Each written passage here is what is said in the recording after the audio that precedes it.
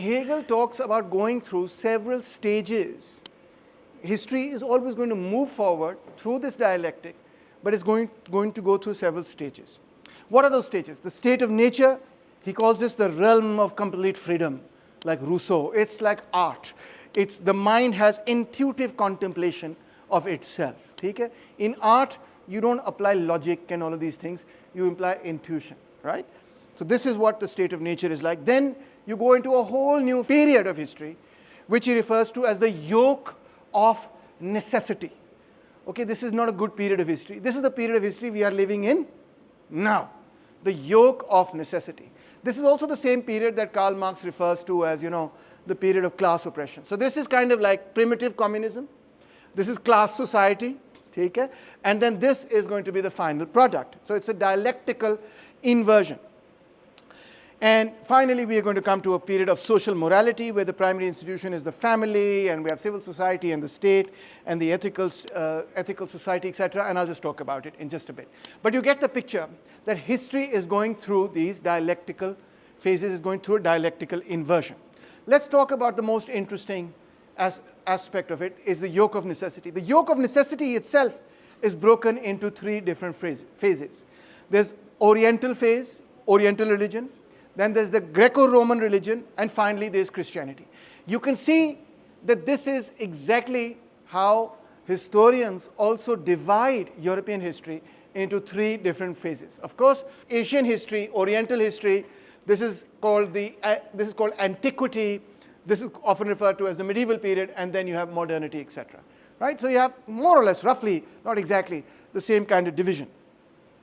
In the Oriental religion, he says, in China, in Persia, and other parts, etc., in Babylon, and in Egypt, etc., what you have is the exaggerated idea of the infinite. What is the idea of the infinite? It is divinity, etc. Only one person is free, and that is the despot, the ruler, the pharaoh, who is declared to be God or divine on earth, etc., which is how many Oriental despots thought of themselves. A zeitgeist of subservience to the divine despot is what dominates in these societies. Now, this is a bit of a, today, when we actually study Asian history, we would say, come on, this is a very old Eurocentric stereotype. To some extent, that's correct. Okay? To say that it is a Eurocentric stereotype is correct. But there it is nonetheless. In the time in which Hegel was writing, what was being written about that period of history conforms to how he represents it as well. Then comes the Greco-Roman period. In this period, he says, we give undue importance to the finite. A class of people are free, while a serf class remains non-human. Instead of one person being the despot and being free, there is a class, the aristocratic class, etc., right?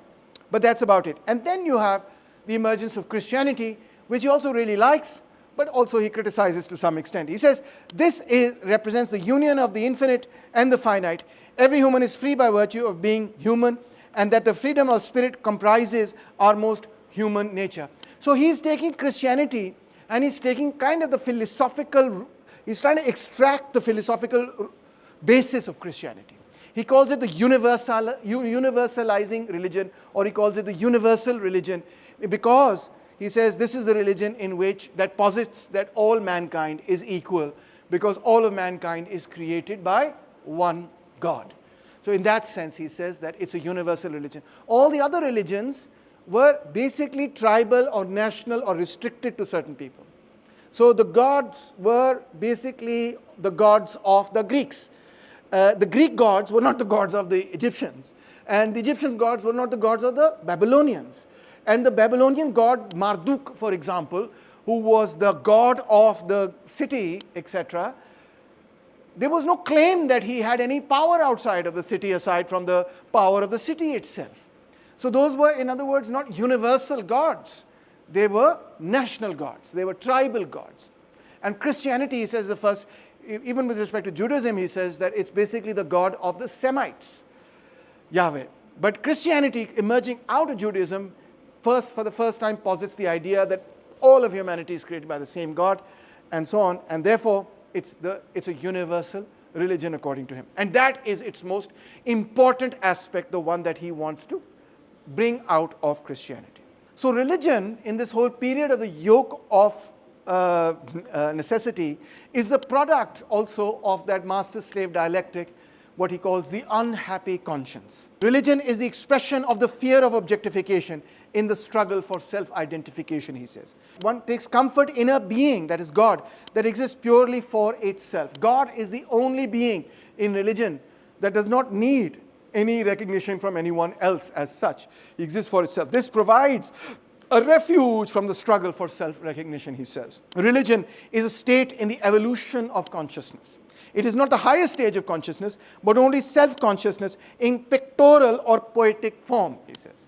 So religion is a very important movement of humanity from its primitive state, but it is as yet not its fully formed self-consciousness.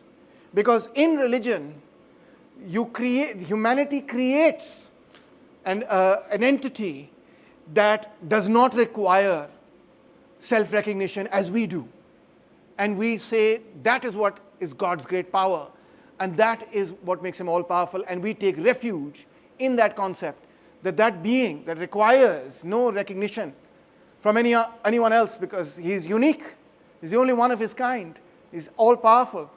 We take solace in that idea that he is looking out over us. That is Hegel's view at any rate. With respect to Hazrat Isa alayhi salam, he says, why Christianity? Christianity is thus more than just compatible with freedom because it renounces the spirits of particular interests. It is a universal religion, as I explained already. In his work, Life of Jesus, Hegel argues that man's separation from God is not the result of trespassing on a fig tree. You know how the Bible talks about Hazrat Isa alayhi salam and Adam and Eve, etc., being separated from the Garden of Eden. It's not because they trespassed on a fig tree. Rather, the myth is symbolic of the divide between individuality and universal reason. Jesus was a rationalist philosopher who taught ethics. The supposed miracles were metaphorical or psychological experiences rather than physical incidents, he writes. Okay? He's a great reformer. He's a great revolutionary. And you should not be reading the Bible so literally.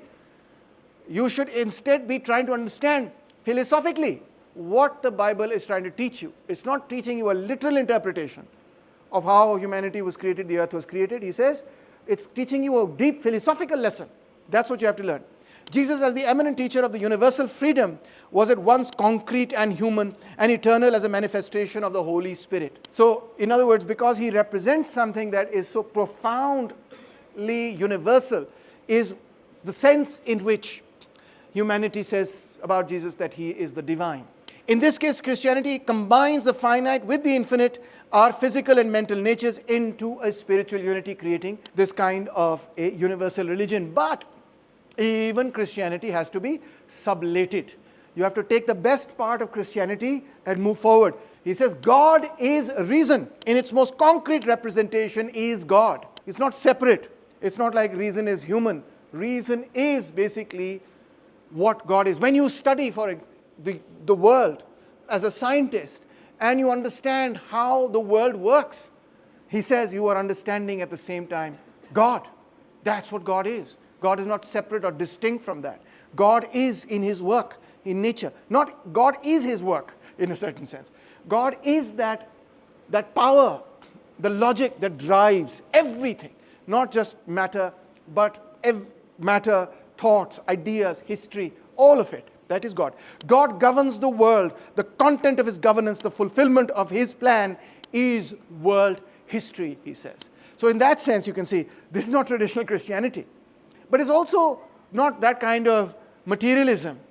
Because what it's trying to say is that what is there in rational in Christianity needs to come forward.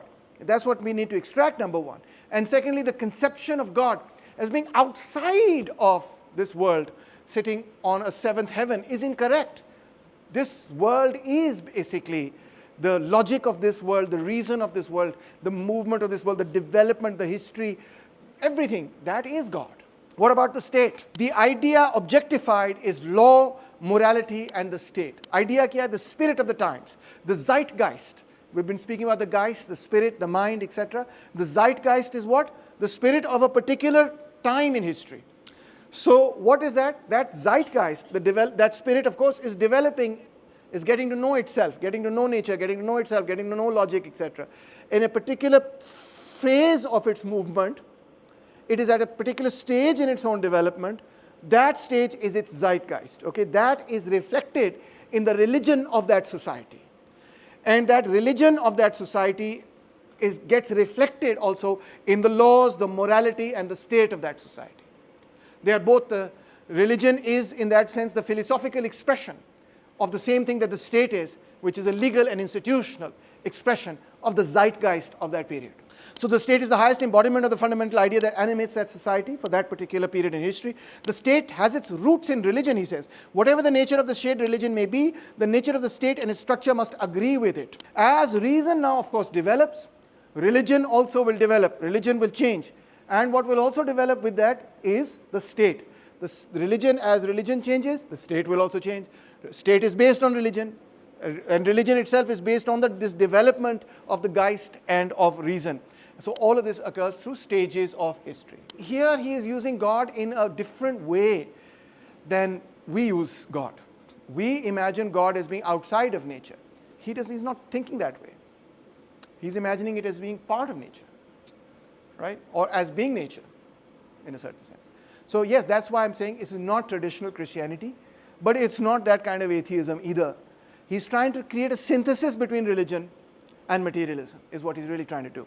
Whether he's successful is a separate thing. And this is what his criticism of the Enlightenment as well. He says, you see what the Enlightenment and the French Revolution have done, which he supported. He said, this is a great thing, I support it. But there are some mistakes here. What are the mistakes? He says it's created certain flaws. It's tried to lop off history. It's tried to lop off religion in a certain sense. And it's speaking about natural rights and starting from this idea of individual rights. And this individual is what he calls an abstract individual, is devoid of social and political and cultural features. It's like an abstraction. It's neither a man. When we think about every individual has certain rights in liberalism, we say, right? Do we think of men? No. Do we think of women? No. What do we think of? Don't know. We neither think of men, women, workers, capitalists, nothing. We don't just have this idea of a man, like when I go to the bathroom, there's like this stick figure, right? That's how liberalism conceives of man, as an pure abstraction. Hence, civil society establishes abstract rights because it engages individuals as abstract universal beings, not understanding their specificities, not understanding their empirical content, not understanding their social political content. This is a theme that will be taken up by Karl Marx as well, by the way. But now society will move into the next stage, he says, which he calls the ethical life. This is kind of like communism. Marx also takes the same idea, right?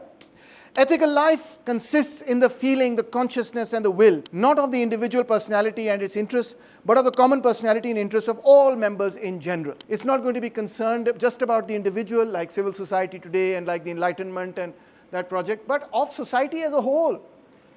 Enlightenment is only focusing on the individual now. Family will be the domain of love and altruism in this society. Civil society bhi hogi. It will be the domain of property and individual rights and selfishness, because he says you need both. And then you'll have the state, which will reconcile selfish and selfless instincts together. And that will be the realm in which individuality in the form of property and love and altruism, selflessness in the form that we exhibited within the family, will be reconciled in the form of a new kind of state, which he calls the ethical life. So to sum up now, he says, all that is rational is real, and all that is real is rational. It means that all that exists is rational because it is necessary for that historical period. When I look at older societies, and I think about the fact that, why is it the case that in those societies, why couldn't they put people in prison, etc., like we do today? Well, the answer is, do you think that it was so easy to build buildings at that time in history, when people were mainly living in villages of straw huts and so on and so forth? It was not possible even to have a building of this sort, and to live in it would have been a privilege at that point in history. So the punishments were, there's no concept of holding on to somebody for 10 years, 20 years, etc. There's no apparatus to do that. That would be a very expensive apparatus. Society would not even be able to afford that apparatus. That's why across the world, you do not see incarceration as a major form of punishment until, of course, the 19th century and Mr. Jeremy Bentham and the rest of it. I can give you hundreds of other examples of the same sort. Why do you see 4 marriages somewhere? Why do you see polygamy in some societies and monogamy in other societies? Why do you see honor killings here and sati in another society, etc.? He says all of these things have what he calls, now don't get offended, rational explanations. Doesn't mean that we think of them today as being rational. In fact, today they appear to us to be totally irrational and absolutely wrong. And it's a good thing that they come to us as irrational. The reason why slavery today looks to us as irrational is basically because our reason has gone beyond that stage. Then we realize, yeah, it's not a good thing. We should end slavery. So gradually we ended slavery. So reason develops. What is necessary becomes outdated. It becomes unnecessary. It becomes irrational even. So something that exists is rational. Rationality moves forward. That thing that exists now feels more and more to society as being irrational. Just like in the French Revolution, the monarchy to the French people looked more and more irrational. They said, more and more people may be getting fed up with the system and saying, why are we living like this? We should be living a different life, etc. The more things seem irrational to you, it's because your rationality has gone beyond reality. And now it's pushing on reality. Your thinking about how society ought to be has gone beyond the way society is, and now reality must change in order to conform to the development of reason, and that can either happen peacefully, and sometimes it happens violently. If it happens peacefully, we see an evolution and change. If it happens violently, we see a revolution. And this is the way in which history now moves forward. As rationality develops, as reason develops, society and its institutions also continue to change. Well, there may be some people who are very upset by the development of reason because they don't want reason to develop further than the institutional, than what reality is. So they may say, in fact, why is reason developing further than the limits of the zeitgeist of an older time? So, I'll give you an example. The French monarchy justifies itself, let's say, through the Catholic Church and the rest of it. And then suddenly people, and through, let's say, the divine right of kings, etc. And then suddenly along come the French materialists and they say this is all wrong. And this is all just a basis for your exploitative practices, etc. Now the French monarchy is not going to like that. The Catholic Church is not going to like that. So what are they going to do? They're going to try and say reason is to blame. But Hegel is not saying that. He's saying your institutions are out of date with the development of reason. Those institutions will collapse inevitably. So this is a very radical idea as well. We have abstract reasoning, which is logic. It moves forward in a dialectical spiral. Okay? Our understanding of nature, scientific knowledge, etc., this also moves forward in a dialectical spiral. We keep changing our ideas about the world, the universe. Human history continues forward also in a dialectical spiral. All three, remember जहाँ से मैंने lecture शुरू किया था, in itself, out of itself, in and for itself, in itself, out of itself, in and for itself, all are moving forward in a dialectical method. So the whole thing is dialectical, but here comes the interesting thing. He says there is a process where it comes to an end, the absolute mind. What is that? It is philosophy. Absolute mind is the highest stage of evolution. It is the stage of science and philosophy. Science and philosophy have now overtaken the yoke of necessity, in which period you had these medieval forms of religion. Philosophy transcends the limitations imposed on it by religious feeling and attains absolute truth under the form of reason. Reason is good. It has sublated religion. It has taken from religion what was rational in it. All the truth in art and religion, art was the first form of society, religion is the second main form in history, the yoke of necessity, are now contained in philosophy in a higher form. What does he mean by higher form? In a more abstract form. In other words, religion is like the pictorial, poetic representation of what was, of a philosophy, and we can now extract from that poetic representation the core philosophical ideas. Philosophy is therefore the highest, freest, and wisest phase of the union of subjective and objective mind, and the ultimate goal of all development. And what is that philosophy? and how history has now come to an end. He says the contradiction between the subject and the object will be sublated. In the subject-object nature knowing itself, so humanity is getting to know itself, so this will come to an end. This contradiction between subject and object will have good knowledge. The infinite reason and the finite reality will bring about the unity of the rational and the real. The essence of the mind is freedom, and its development consists in breaking the restrictions imposed on it by nature and human institutions. So therefore, we will be able to achieve this perfect kind of society. And the contradiction between the individual and social will also be resolved into the social individual, the person whose individuality is not necessarily in contradiction with society as a whole. Humanity is able to see each other not as objects, but as collective subjects. This will bring about the end of history. In other words, Hegel is saying that dialectical philosophy is the end of philosophy. And he says that the new form of the state that's coming about under Frederick the third or second or whatever he was, who was the Prince of Germany, third, as an ultimate state bhi paida ho gaya in the form of the estates that he has created. And also, scientific knowledge, all of that has come to an end. So that is why when Engels talks about this in his brief essay, which you read and finally you've woken up because finally I've read this, I know what he's going to talk about. He says Germany was going through this kind of revolutionary phase in the 19th century. But unlike the French who were revolutionaries, here the revolutionaries were bloody professors. And were they really revolutionary?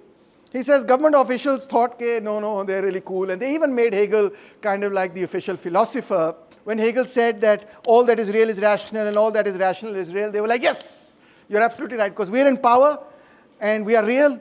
The institutions exist, and they exist because they are needed, they are necessary, and they are rational. But for Hegel, actually, reality is not stagnant. It is changing. In the course of time, all that was previously real becomes unreal, loses its necessity, its right of existence, its rationality. In the place of the old reality, a new reality emerges, peacefully or violently. So all that is rational is real, and all that is real is rational is true, but the rational is not static. It is not stationary.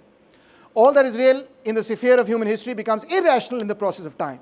Is therefore irrational by its very destination. Everything that is rational today, reason today, will become unreasonable tomorrow. It is tainted beforehand with irrationality. As human thinking evolves, older thinking will become older thinking. It will become outdated. And everything which is rational in the minds of men is destined to become real, however much it may contradict existing apparent reality. So what is rational, what develops further, will inevitably become real, even if today it seems like it doesn't hold that value. Hence, all that exists deserves to perish. Society is never stagnant. Thought is never stagnant. Things always move. History always moves. All great ideas will appear in the future to be not great. We are in the future of the past. All past ideas appear to us to be kind of weird. They were not weird back then. People liked them back then. So Marx now writes, in its mystified form, dialectic became the fashion in Germany because it seemed to transfigure and to glorify the existing state of things. In its rational form, it is a scandal, an abomination to bourgeoisdom, yani capitalism, and its doctrinaire professors because it includes in its comprehension and of affirmation recognition of the existing state of things, at the same time also the recognition of the negation of that state, of its inevitable breaking up, because it regards every historically developed social form as in fluid movement, and therefore takes into account its transient nature not less than its momentary existence, because it lets nothing impose upon it and is in its essence critical and revolutionary. Dialectical philosophy was revolutionary because it said everything is transitional.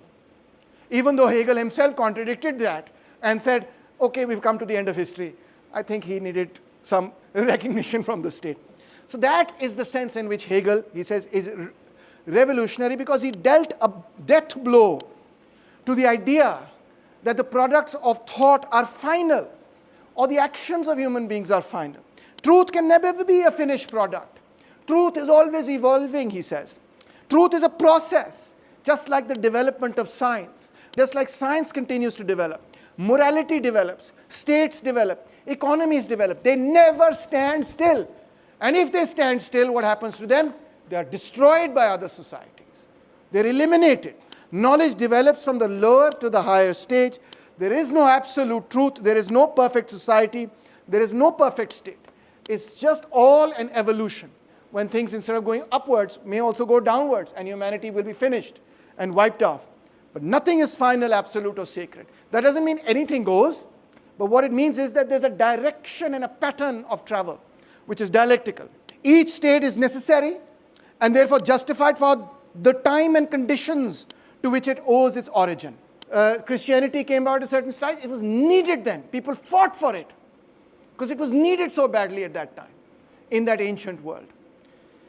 But in the face of new higher conditions which gradually develop in its own womb, in Christianity itself, in the Christian world, developed new ideas that we call the enlightenment.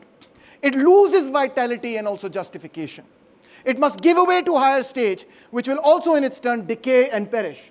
It will give away to the enlightenment, which itself is also destined one day or the other to perish. Something higher will come out of that as well. Everything changes, developing from the lower to the higher stage. So now you see Hegel has two sides, the conservative side and the radical side. Dialectical philosophy is the radical side. The idea that history has come to an end is the conservative side. Hegel therefore contradicts himself. But if you take his methodology of dialectics, is very radical. If you take his conclusions, he is very conservative. So he had a little bit for everybody. He was like Allama Iqbal. But Hegel has phenomenal achievements.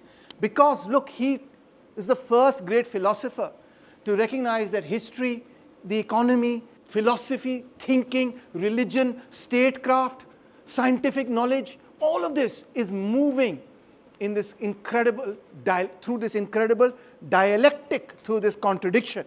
This was a huge, huge world historic achievement. So as soon as one realizes this, one realizes that the search for absolute truths is actually not a good idea. It can't be done. Search is for the relative truth. Within the relatives also, there are absolutes. What do I mean? That one relative truth is absolutely better than another relative truth. Like, for example, the theory that the earth is flat is obviously not a good theory compared to the theory that the earth is round. That is dialectics. This created the left Hegelians. And going over them very quickly, I'll send you the slides, you can read them. In the beginning, the main attack of the left Hegelians was religion. This included The Life of Jesus by Strauss, David Friedrich Strauss. You can see his book over here. It included Bruno Bauer's book, Critique of Synoptic Gospels. It included Max Stirner, who is the main thinker from whom anarchism, actually, the anarchist movement develops. And it includes Feuerbach, The Essence of Christianity. With Feuerbach, we come full circle back now to materialism. He puts materialism on the throne again because in Feuerbach, nature exists independently of philosophy. It is the foundation upon which we human beings ourselves, are products of nature, have grown up. Nothing exists outside nature and man. And the higher beings, our religious fantasies have been created, are only the fantastic reflection of our ideas and essences, etc. Finally, Feuerbach says mankind will be liberated by love. Okay? And he kind of takes from Christianity the idea of this universal love. And Marx was deeply inspired in his childhood from Hegel as well as from Feuerbach.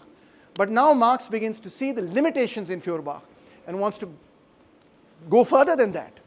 And those limitations become glaringly obvious in 1848 when there are revolutions all across Europe and when Marx writes the Communist Manifesto. Marx says, my dialectical method is not only different from Hegelian, but is its direct opposite. To Hegel, the life processes of the human brain, i.e. the process of thinking, which under the name of the idea, where I started this lecture, under the name of the idea, he even transforms into an independent subject, is the demiurgos of the real world. Demiurgos is like the God that created the world. Okay, this is like the demigod that created the world is referring to Plato, etc. So for him, the idea is kind of the divine in the world, which is moving the world forward. And the real world is only the external phenomenal form of the idea. The Geist is the real thing that's driving the process, and the world is just the external form of the Geist.